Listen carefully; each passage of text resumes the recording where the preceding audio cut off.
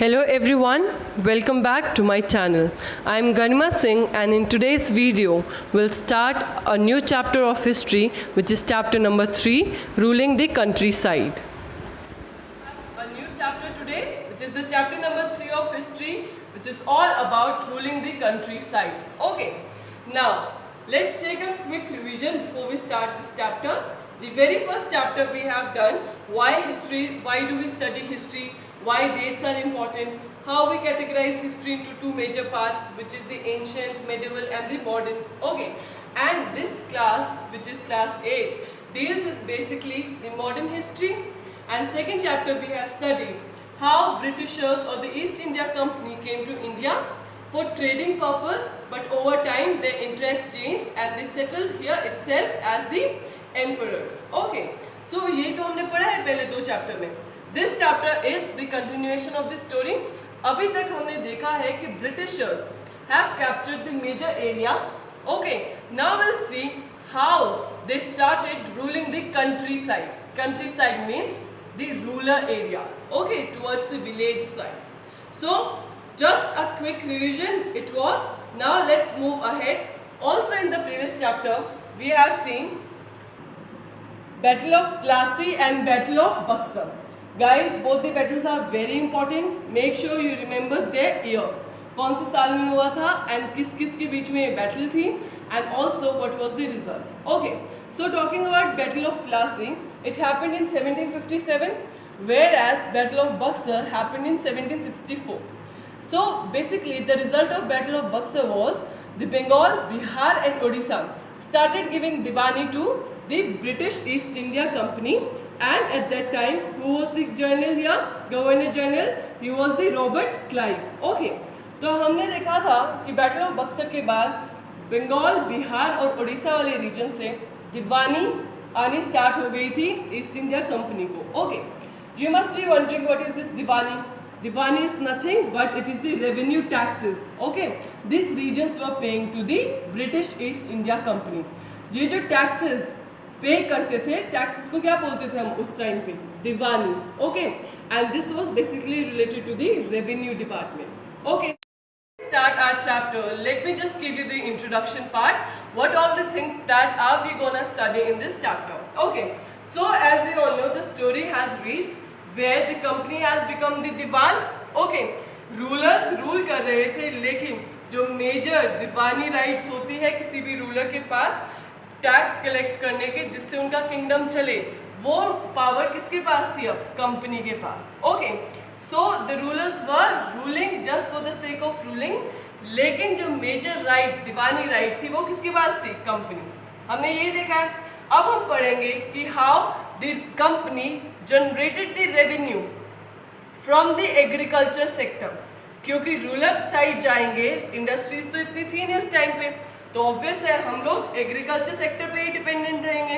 आज भी India is known as the agriculturist country. Okay, तो बेसिकली हम पढ़ेंगे कि कंपनी ने अपना रेवेन्यू, अपना पैसे कैसे जनरेट किए from the agriculture sector. Also ये तो हो नहीं सकता सब चीज़ बहुत इजीली फंक्शन करे. सो काफ़ी सारी प्रॉब्लम्स फेस करेंगे कंपनी वाले. Also they will find out the solution like Mahalwari system, Rohitwari system, etc. These are the revenue system which company has introduced. Okay, इन सब के बारे में हम पढ़ेंगे in this chapter. Then we'll also see the crops for Europe. मतलब कि अब company ने इंडियन से वो क्रॉप्स उगवाने शुरू कर दिए जिसको वो वापस बैक टू यूरोप ले जा सके और उनकी कंट्री को फायदा होगा. Okay, and such crop was Indigo. Indigo एक ब्लू कलर की डाई पर्पस के लिए यूज होता है. इंडस्ट्रीज बहुत ज़्यादा थी यूरोप में, तो इंडिगो का वहाँ बहुत ज़्यादा यूज था. ओके, देयरफॉर ब्रिटिशर्स ने क्या किया? इंडिगो यहाँ उगाना स्टार्ट कर दिया so that they can take back this crop to the Europe. Okay, and also इस चीज़ के बाद कैसे एक ब्लू रेबिलियन आएगा? Again this is very important and this is all what we will study in this chapter. Chapter starts with the very first title, which is all about the company became the divan. Okay, so अभी तक हम ये सारी कहानी समझ चुके हैं कि बैटल ऑफ बक्सर के बाद ईस्ट इंडिया कंपनी वन, जीत गई थी East India Company. And what they did here was they asked the Mughal emperor to give the diwani rights. उन्होंने बोला राजा चाहे तुम ही बने रहो, ओके, लेकिन हमें जितनी भी दीवानी राइट्स है, ओके, वो हमें तुम दे दो। After this on 12th August 1765, finally the company became the chief financial administrator. Chief financial administrator मतलब उनको क्या ड्यूटीज मिली, क्या रिस्पॉन्सिबिलिटी असाइन कर दी गई? उनको बोला गया कि जितनी भी टैक्स, लैंड रेवेन्यू, कितना पैसा तुम जनरेट कर सकते हो ज़मीनों से, ओके, एंड किस हिसाब से टैक्स कलेक्ट होंगे, किस रेट पे टैक्स लगेंगे, ये सब चीज़ तुम ही लोग ऑर्गेनाइज करोगे, because the east India company was now the chief financial administrator. Okay, now remember, जो ईस्ट इंडिया कंपनी है बहुत चालाकी से उसने पहले दीवानी राइट्स को अपने कंट्रोल में किया। चाहते तो वो सीधे एम्परर भी बन सकते थे, but they were playing the mind games here, क्योंकि अगर लोगों को दिखेगा उनका रूलर उन्हीं के लोगों में से एक है, इंडियन पॉपुलेशन का रूलर एक इंडियन किंग है, तो it will be more easier for them to rule, okay. और वो लोग बैक फुट पे होके खेलना चाह रहे थे। सो let's see what happens next. So guys, always and always remember the company, the East India Company was a trading company. Okay, so उनका basic क्या था काम? Buying and selling, and their main aim was to generate the profit, maximum पैसा कमाना। उनका कोई मतलब नहीं था लोगों की कंडीशन कैसी है, लोगों की वर्किंग कंडीशन कैसी है, लिविंग कंडीशन कैसी है, not at all their concern. Okay, they were only concerned with the profit. Okay, क्योंकि उन्हें सिर्फ प्रॉफिट, पैसे कमाने से मतलब था, तो उन्होंने सबसे पहले बैटल में जीतते ही किस चीज़ को टारगेट किया कि उनको दीवानी राइट्स चाहिए। दीवानी राइट्स आ जाएंगे उनके पास तो मैक्सिमम ऑफ टैक्स लगा के टैक्स कलेक्ट कर सकते हैं। जितना ज़्यादा टैक्स आएगा उतना ज़्यादा उनका प्रॉफिट रहेगा। Okay, now let's see what the company has learned from the experience. Okay, इतने सालों से कंपनी यहाँ थी इंडिया में अभी, तो पढ़ते हैं कि कंपनी ने क्या एक्सपीरियंस किया इतने सालों से हमारी कंट्री में। So they experience that the company was an alien power to the people. Alien power मतलब बाहर से आए हुए लोग थे।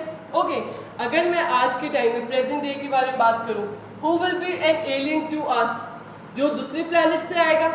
ओके, तो उस टाइम पे सेम केस था, क्योंकि इतना ज़्यादा ट्रैवलिंग नहीं हो पाती थी। ओके, लिमिटेड लोग ही ट्रैवल करते थे, तो यूरोप से इंडिया आना, दूसरे पार्ट ऑफ वर्ल्ड से एक दूसरे पार्ट ऑफ वर्ल्ड में आना, तो लोगों ने वहाँ ऐसे लोगों को पहले देखा नहीं था, इसलिए इंडियन पीपल के लिए the company was more like an alien power. आज से पहले तो नहीं देखा था इन्होंने इनको, तो कंपनी को समझ में आ गया था कि हम एक एलियन पावर है इन लोगों के लिए। ना ही तो हमें इनकी लैंग्वेज आती है, लैंग्वेज नहीं आएगी तो हम इन लोगों को रूल कैसे करेंगे। Okay, therefore they could not entirely eliminate the rulers, इसलिए उन्होंने एंटायरली एकदम से उन रूलर्स को हटाया नहीं, उनको रूलर बनाए रखा। लेकिन जो मेजर दीवानी राइट थी, जहाँ से पैसा आता, पैसा होगा तभी तो राज्य चला पाएंगे। ओके, पैसा ही नहीं है तो राजा फिर क्या करेगा, किंगडम के लिए काम कर पाएगा? नहीं। तो उन्होंने क्या टारगेट किया सबसे पहले कि दीवानी राइट ले लेते हैं, ताकि सारे जो रेवेन्यू है वो हमारे हाथ में रहेंगे, मेजर डिसीजंस हम कैरी ऑन कर पाएंगे। Okay, also it will be easier for us to rule the people, क्योंकि लोग अपने राजा को मानते हैं और राजा will be under our pressure, जो हम करवाना चाहेंगे हम करवा सकते हैं। इसलिए उन्होंने basically they try to paralyze the system.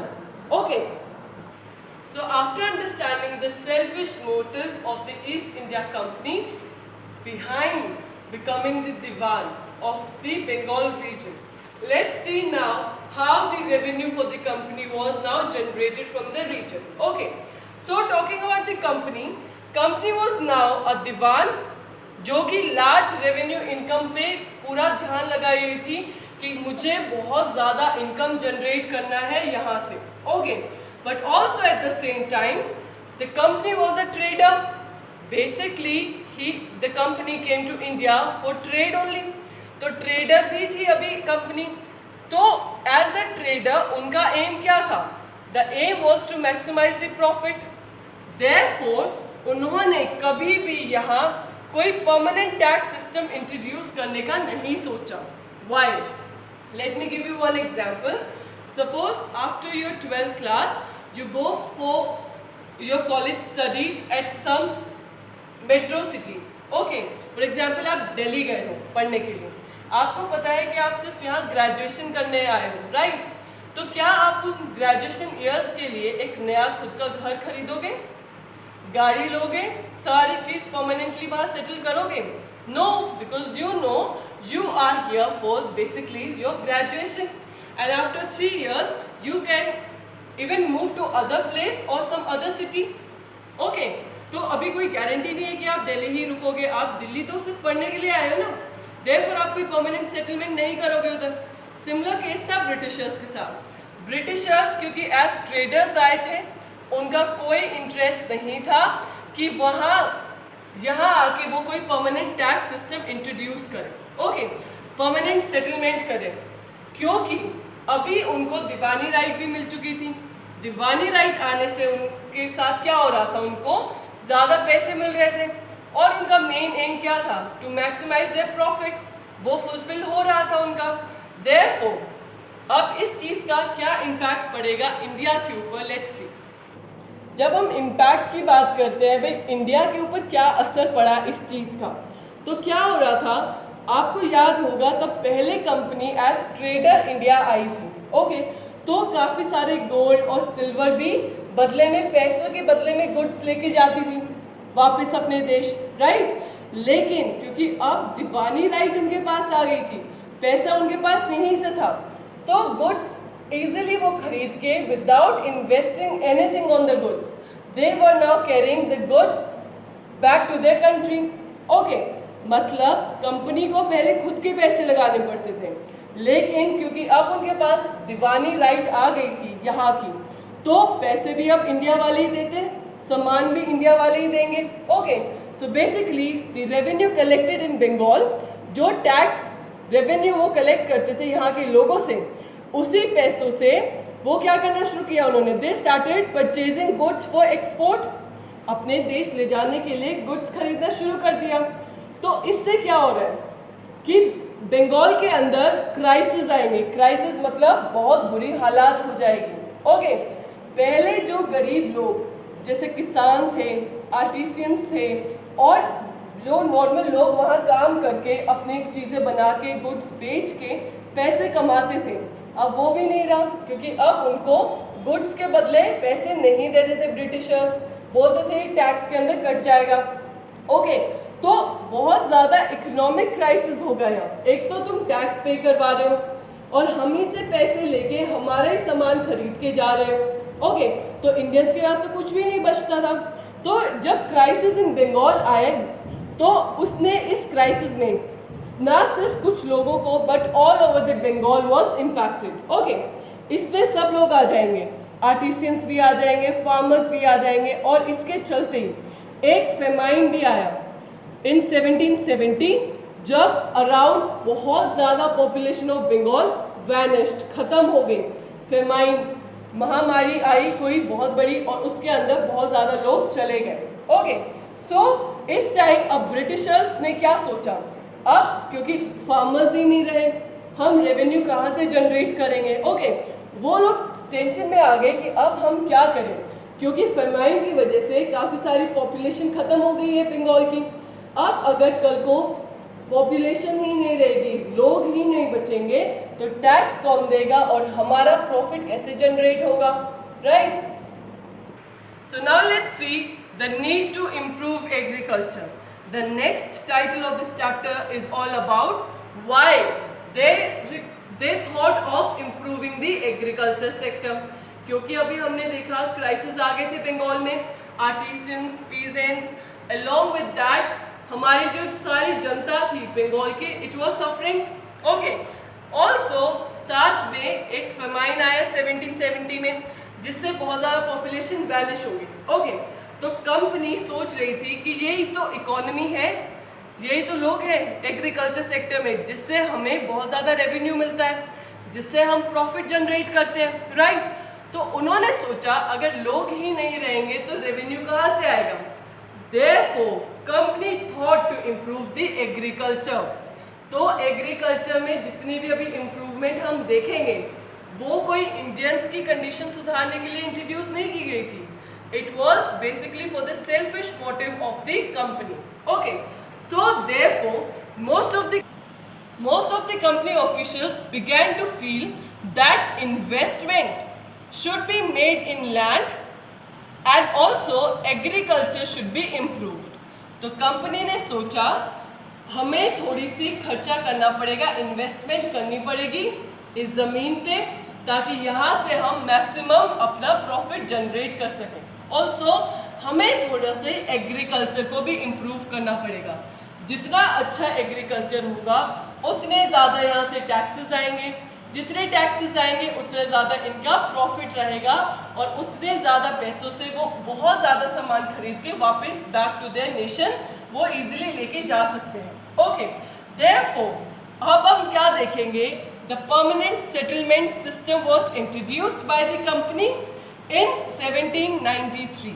Okay, अब हम बात करेंगे परमानेंट सेटलमेंट सिस्टम क्या था, कैसे इस सिस्टम से रेवेन्यू जनरेट होता कंपनी का। Let's see what it was. So talking about the permanent settlement system, okay, क्या था ये। It was basically an agreement between the company and the zamindars. Okay, एक एग्रीमेंट साइन करवाया कंपनी ने और जमींदार्स के बीच में। ओके, जमींदार्स के अंदर दोनों लोग आ जाएंगे, rajas and also the taluqdars. Taluqdars मतलब जैसे आज के टाइम पे हमारी स्टेट है, state is divided into different districts, different districts are divided into different villages, okay, and the cities. तो ऐसे करके डिवीजन है हमारी। सिमिलरली उस टाइम पे भी जो डिस्ट्रिक्ट्स थे, छोटे छोटे जिले थे, उनको हम तालुक बोलते थे और तालुक को जो हेड करता था, okay, that will be Talukdar. Okay, तो इन कंपनी ने एक एग्रीमेंट साइन करवाया और किस किस के बीच में एग्रीमेंट साइन हुआ, between the company and the zamindars. Okay, इसमें राजा एंड तालुकदार सब आ गए। Okay, what was this agreement was all about.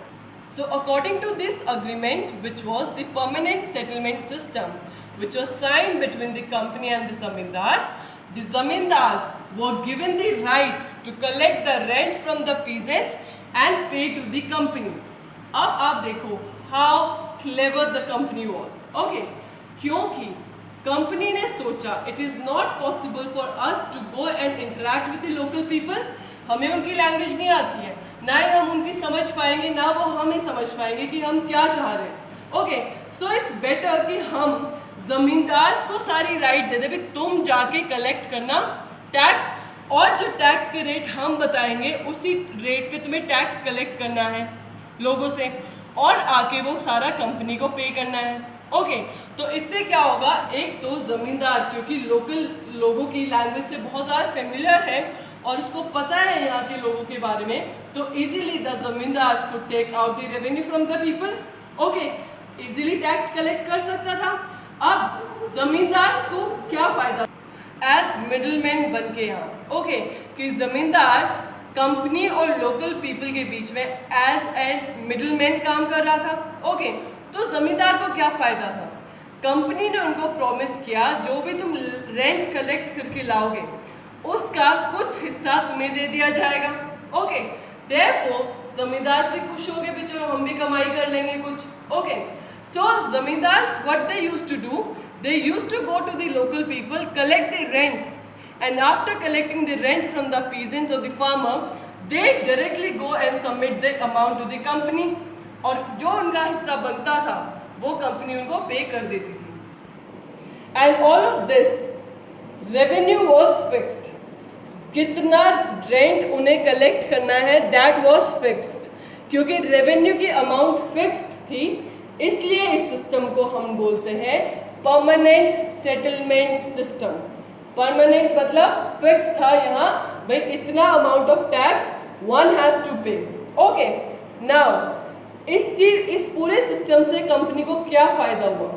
ये फ़ायदा हुआ that the company now could ensure the regular flow of revenue to the company. अब उनको guarantee हो गई थी कि कुछ भी हो जाए, रेवेन्यू जो पैसा है, जो टैक्स है, वो कंपनी तक आएगा ही आएगा, बिकॉज अब उनकी सिरदर्दी नहीं थी. किसकी सिरदर्दी थी टैक्स कलेक्ट करना? दी जमींदार, क्योंकि उनको ड्यूटी असाइन कर दी गई थी कि तुम जाके कलेक्ट करोगे और you guys are suppose to come and pay to the company. Collect करो, तुम्हारी सिरदर्दी है, कैसे कलेक्ट करोगे, घर घर जाके करोगे कि कैसे करोगे. बट हमें क्या मतलब है कि कंपनी को वो रेवेन्यू, वो पैसे टाइम पे मिलने चाहिए. Okay, so this was all about the permanent settlement system, the regular flow of revenue. Company ने यहाँ एक और चाल चली. क्या? एट द सेम टाइम उन्होंने जमींदार लोगों को एनकरेज करना शुरू किया. किस चीज़ के लिए? कि तुम अपनी लैंड में इन्वेस्टमेंट ज़्यादा करो. At the same time they encourage the जमींदार to invest in their land. क्या मोटिव था पीछे से इन्वेस्टमेंट करवाने के लैंड में? ओके, बात यह है जितनी ज़्यादा इन्वेस्टमेंट होगी लैंड में, जितनी अच्छी लैंड होगी, उतना ही ज़्यादा आउटपुट प्रोड्यूस कर पाएगी. जितना आउटपुट ज़्यादा प्रोड्यूस होगा उस हिसाब से उनको रेवेन्यू भी ज़्यादा मिलेगा. तो बेसिकली कंपनी यहाँ माइंड गेम खेल रही थी कि ज़मींदार को ये दिखा के कि you are the main authority to collect the tax. Apart from that उनको पंप मार के बोला कि तुम ज़मींदार होने के नाते अपनी लैंड में भी इन्वेस्ट करो, लैंड को ज़्यादा फर्टाइल बनाओ ताकि ज़्यादा रेवेन्यू जनरेट हो सके. So indirectly the company was working for its own selfish motive on the back foot. Okay, playing on the back foot through the zamindars. सामने जमींदार को रखा था और पीछे जमींदार के पीछे कौन था सारे mind? The Britishers. Okay, so this was all about the permanent settlement system.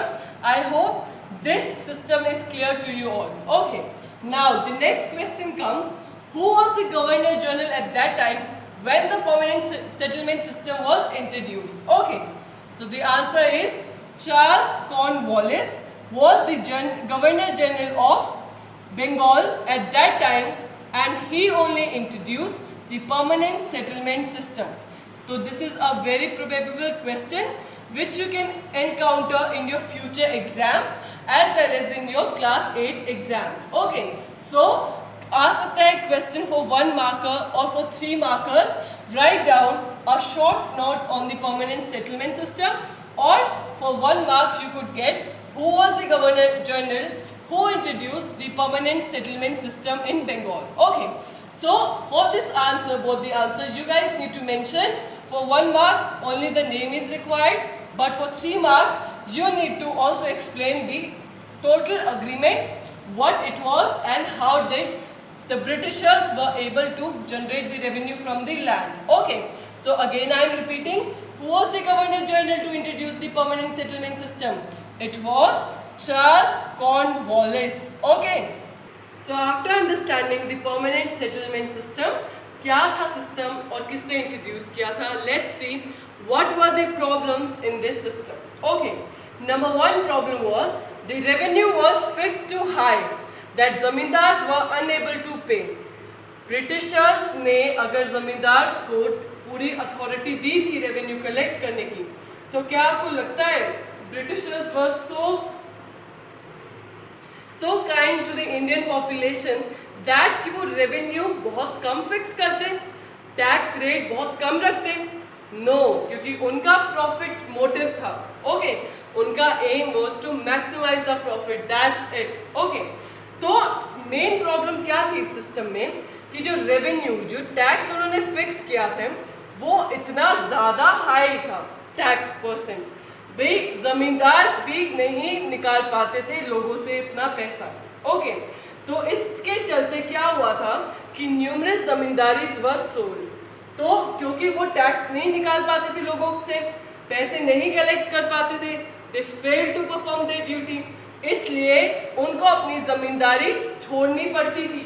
Okay, और उनकी जगह कोई और रिस्पॉन्सिबिलिटी ले लेता था और जमींदारी राइट उसको मिल जाती थी। Okay, so number 1 problem was the revenue was fixed too high that जमींदार्स were unable to pay and due to this numerous जमींदारी systems in this system the zamindars were sold.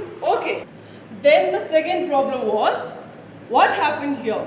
पहले वाले में तो जमींदार्स को नुकसान हो रहा था, फिर ओवर टाइम थोड़ी कंडीशंस चेंज हुई, एग्रीकल्चर से अच्छी इनकम आनी शुरू हो गई, एग्रीकल्चर एक्सपैंड होना शुरू हुआ थोड़े टाइम बाद, तो उससे क्या हुआ, इनकम ऑफ जमींदार तो इंक्रीज हो गई। अब जमींदार्स ने सोचा कि तुम्हारी जमींदारी पता नहीं कितने टाइम के लिए है, जो इनकम आ रही है जमींदार्स ने अपने पास रखना शुरू कर दिया, तो मैक्सिमम गेन जमींदार्स को हो रहा था क्योंकि उनको गारंटी नहीं थी पता नहीं कितने टाइम के लिए उनके पास ये राइट है, जितने टाइम के लिए let's make more of the money in this time. Okay, तो ज़्यादा से ज़्यादा पैसे कमाने के चक्कर में तब एग्रीकल्चर एक्सपैंड हुआ तो जमींदार ने की इनकम तो इंक्रीज हो गई, लेकिन यहाँ कंपनी को कोई फ़ायदा नहीं हुआ कि कंपनी के पास रेवेन्यू इतना नहीं आ रहा था क्योंकि अब जमींदार बीच में ही पैसे खाने शुरू कर दिए उसने। Okay, therefore the second problem was due to the expansion in agriculture increase in income of zamindars happened but there was no gain for the company. पहली प्रॉब्लम में देखा जमींदार्स को कोई फायदा नहीं हो रहा, सेकेंड प्रॉब्लम में हमने देखा कि कंपनी को कोई फायदा नहीं हो रहा, तो कोई भी कॉम्बिनेशन नहीं बैठ रहा था जिससे रेवेन्यू जनरेट हो सके कंपनी के लिए। Okay, third problem was the zamindars did not have any interest in improving the land. जैसे मैंने आपको बताया, company under the permanent settlement system revenue rights के अलावा जमींदार्स को एनकरेज करती थी भी तुम लैंड में आके ज़्यादा इन्वेस्टमेंट करो। ओके, क्योंकि यहाँ उनकी ज़मींदारी फिक्स नहीं थी कि पता नहीं कितने समय तक है, तो ज़मींदार को कोई इंटरेस्ट नहीं था लैंड के ऊपर कोई इन्वेस्टमेंट करने का। उसका मेन मोटिव था कि ज़्यादा से ज़्यादा इनकम कमा लो, पता नहीं कितने दिन के लिए ज़मींदारी है तुम्हारे पास। ओके, तो next problem, major problem was the zamindars did not have any interest in improving the land. Okay, and lastly the cultivators also found this system as extremely operational. Okay, मतलब उन्होंने सोचा कि इतना ज़्यादा मतलब हमें एक्सप्लॉइट किया जा रहा है। कैसे एक्सप्लॉइट किए जा रहे थे कल्टिवेटर्स? एक तो उनको हाई रेंट पे करना पड़ता था, बहुत ज़्यादा टैक्स पे करना पड़ता था अपनी ज़मीन के लिए। दूसरी, क्योंकि पीजेंट्स इतने वेल ऑफ फैमिली से नहीं थे। ओके, तो पीजेंट्स हमेशा अपनी जो फार्मिंग कल्टीवेट करते थे या कोई भी कल्टीवेशन करते थे अपनी लैंड पे, वो हमेशा मनी लेंडर से पैसे उधार लेके फिर अपनी फसल उगाते थे।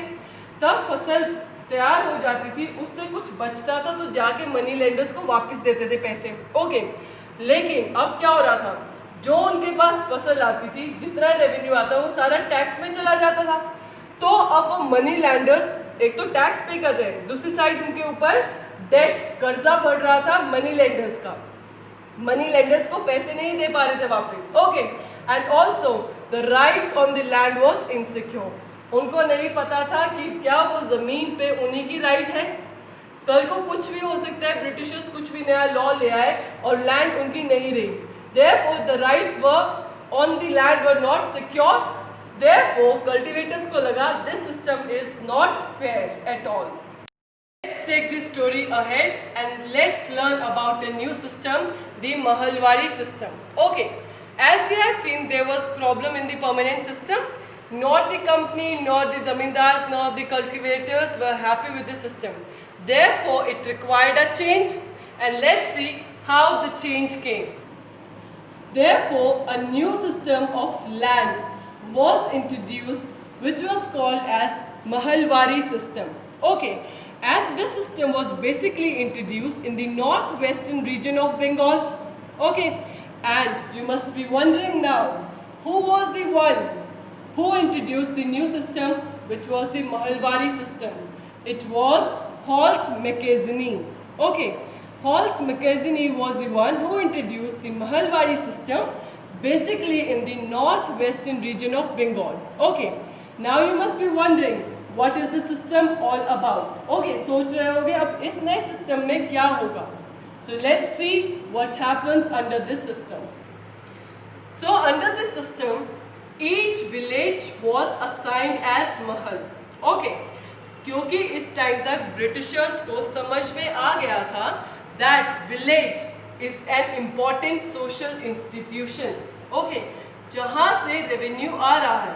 Okay, so what they started doing is they started estimated the revenue of each plot with in the each village. गांव-गांव जाके हर ज़मीन को उन्होंने एस्टिमेट किया किसके पास कितने प्लॉट्स आते हैं, हर गांव के साथ कितनी ज़मीनें जुड़ी हुई है। ओके, और हर गांव को ईच विलेज वॉज नेम्ड और assigned the term as mahal. Okay, so therefore the name goes as Mahalwari system. Okay, अब इस महल के अंदर क्या होता था, जो कलेक्टर है the collector will go from village to village inspecting the land, measuring the field, custom करेगा और डिफरेंट ग्रुप्स को नोटिस करता। जो कलेक्टर था ब्रिटिशर्स का, अब वो गांव टू गांव गया। ओके, जाके उससे ज़मीन वगैरह इंस्पेक्ट की, कितने फील्ड्स हैं, कितने क्या लोग रह रहे हैं और किसके हिस्से कितनी ज़मीन आती है। ओके, आफ्टर दैट उन्होंने हर गांव के हिसाब से जितनी ज़मीनें हैं उसके हिसाब से एक अमाउंट फिक्स कर दी और ये अमाउंट उस पर्टिकुलर गांव वालों को पे करनी होती थी। In this system the amount was revised periodically, क्योंकि जो गलती वो परमानेंट सिस्टम में कर चुके थे, परमानेंट सिस्टम के अंदर उन्होंने टैक्स फिक्स कर दिया था, परमानेंट बना दिया था। यहाँ उन्होंने वो गलती रिपीट नहीं की, इंस्टेड उन्होंने ये अमाउंट रखी और बोला कि ये जो टैक्स की अमाउंट फिक्स की गई है this will be revised periodically. Okay, as per the requirement of the time, time to time हम टैक्स को रिवाइज करते रहेंगे। Okay, according to the condition the tax will be changed. Okay, कोई fix नहीं है। एंड हियर यहाँ कोई बीच में मिडलमैन जमींदार नहीं था। Here it was the village headman. Okay, village headman कौन है, जैसे गांव का सरपंच। ओके, सो गांव के जो हेड होता था अब उसकी ड्यूटी थी to collect the revenue and pay to the company. अब कंपनी लोगों से डायरेक्टली नहीं बात करती थी, कंपनी हर गांव के हिसाब से टैक्स लगा देती थी और ड्यूटी होती थी अब किसकी, विलेज हेडमैन की। जो मुखिया होता था गांव का वो सारे कलेक्ट करेगा रेवेन्यू, सारी टैक्स कलेक्ट करेगा और आके कंपनी को पे करेगा। Okay, so this was all about the Mahalwari system. I am again repeating it very quickly so that you can have a quick revision. Mahalwari system किसने इंट्रोड्यूस किया था, हॉल्ट मैकेज़नी ने। ये परमानेंट सिस्टम को रिप्लेस करके आया था। इस सिस्टम के अंडर डिफरेंट विलेजेस के अंदर महल के हिसाब से डिफरेंट विलेजेस को महल बोला गया था और डिफरेंट विलेजेस के हिसाब से अलग अलग टैक्स असाइन कर दिए गए थे। ओके, और यहाँ टैक्स जो है पीरियोडिकली रिवाइज होंगे और किसकी ड्यूटी थी कलेक्ट करना, विलेज हेडमैन की। क्योंकि गांव का नाम महल था, हर unit of each unit of village was known as महल, therefore this system is known as the Mahalwari system. Okay, understand next very important system which is the Munro system. Okay, ये सिस्टम को हम ryotwari system भी बोलते हैं। Why? We will see now. क्यों इसको ryotwari system भी बोलते हैं। रयत मतलब the farmers. Okay, तो फार्मर्स से क्योंकि टैक्स कलेक्ट होगा therefore the name ryotwari system और the Munro system. Munro system why? Because it was introduced by Thomas Munro. Okay, अब this system was introduced in the south. अब आप सोचोगे south में कहाँ से आ गए हम। साउथ में याद करो चैप्टर 2 में हमने पढ़ा ब्रिटिशर्स ने मैसूर वगैरह में जाके टीपू सुल्तान को हराया था, राइट। तो वहाँ से उन्होंने साउथ में अपनी टेरिटरीज को एक्सपैंड करना शुरू किया। देयरफॉर तब साउथ में वो अपनी टेरिटरी एक्सपैंड कर रहे थे। उन्होंने देखा कि साउथ के अंदर ट्रेडिशनल जमींदार करके कोई नहीं है। ओके, जमींदार का कॉन्सेप्ट साउथ में नहीं था, इसलिए उन्होंने सोचा एक न्यू सिस्टम को डेवलप किया जाए which will be called as the Ryotwari system और the Munro system. Okay, so this system was first tried on a very small scale by Captain Alexander Reed. Okay. तब टीपू सुल्तान को हराया था टीपू सुल्तान की टेरिटरी में. इसको सबसे पहले इंट्रोड्यूस किया था कैप्टन अलेक्जेंडर रीड ने. ओके. पर क्योंकि ये बहुत ही छोटे से एरिया में उसने एक्सपेरिमेंट करके देखा था whether the system is successful or not. Okay. And later this system was developed by Thomas Munro, and from this time only the system was came to known as Munro system or Royatwari system. Okay. And जब उसने develop किया, this system gradually extended all over the South India. Thomas Munro के develop करने के बाद ये system all over South India में extend हो गया gradually with time. Okay. See and understand what this system was. अभी मैंने आपको बताया कि साउथ इंडिया के अंदर कोई ट्रेडिशनल जमींदार नहीं थे. Okay. Like that we have in the northern region zamindar का कोई कंसेप्ट नहीं था साउथ में. इसलिए ब्रिटिशर्स ने सोचा why not we make a direct settlement with the riots और द फार्मर्स. ओके. क्यों ना हम एक डायरेक्ट सेटलमेंट ही करें, बीच में कोई मिडलमैन ना रहे, हम डायरेक्टली ही बातचीत करते हैं. Okay. So what the British official did here was they went to the fields of each people in each village, estimated their land. गांव-गांव जाके उनकी ज़मीन एस्टिमेट की और यहाँ उन्होंने, इम्पॉर्टेंट है सुनना, उन्होंने फील्ड के हिसाब से, लैंड के हिसाब से ईच इंडिविजुअल को अलग टैक्स दिया. ओके. क्योंकि यहाँ बीच में कोई नहीं था, डायरेक्ट सेटलमेंट था between the peasants and the Britishers, riots and the Britishers. ठीक है. तो रेवेन्यू वो खुद ही जाके कलेक्ट करते थे. अब हर किसी के पास इक्वल तो ज़मीन नहीं थी, किसी के पास ज़्यादा थी, किसी के पास कम थी, तो रेवेन्यू भी उस हिसाब से फिक्स किया गया. So the revenue was collected by individual separately directly from the people. Okay. अब कंपनी जाके इंडिविजुअल से जाके सेपरेट इंडिविजुअल से जाके कलेक्ट करती थी रेवेन्यू डायरेक्टली. बीच में कोई भी मिडलमैन नहीं था, कोई जमींदार नहीं था, कोई महलवारी नहीं था, कोई भी नहीं था बीच में. Okay. And this was all about Ryotwari system. अब आपको एक शॉकिंग स्टेटमेंट बताती हूँ. तब थॉमस मुनरो ने ये सिस्टम को इंट्रोड्यूस किया. उन्होंने क्या कह के ये इस सिस्टम को इंट्रोड्यूस किया? Let's see that. Thomas Munro said that I thought that britishers should act as the parental father figure to protect the riots और the farmers here in the region of south. Therefore, we are introducing a new system called the Munro system or the Royatwari system. Okay, so we are done with today's video. And we have covered the major portion from this chapter, which was all about three major systems: the permanent system, the Mahalwari system and the Royatwari system. Okay guys, it's time to tone up your brain, and remember this section is basically for you guys to know what you have gained from this video. Okay, so the question for today is, you need to comment all these answers in the comment section along with your name. You need to write a short note on each system: the permanent settlement system, the Mahalwari system, the Royatwari system. Okay, along with the name of the Governor General who introduced all these systems. Okay, so that's it for today's video guys. Do not forget to like, share and subscribe to my channel Economics Window by Garima Singh. And also, if you like my video, please do not hesitate to press in the thumbs up icon, as it will mean a lot to me. Thank you so much.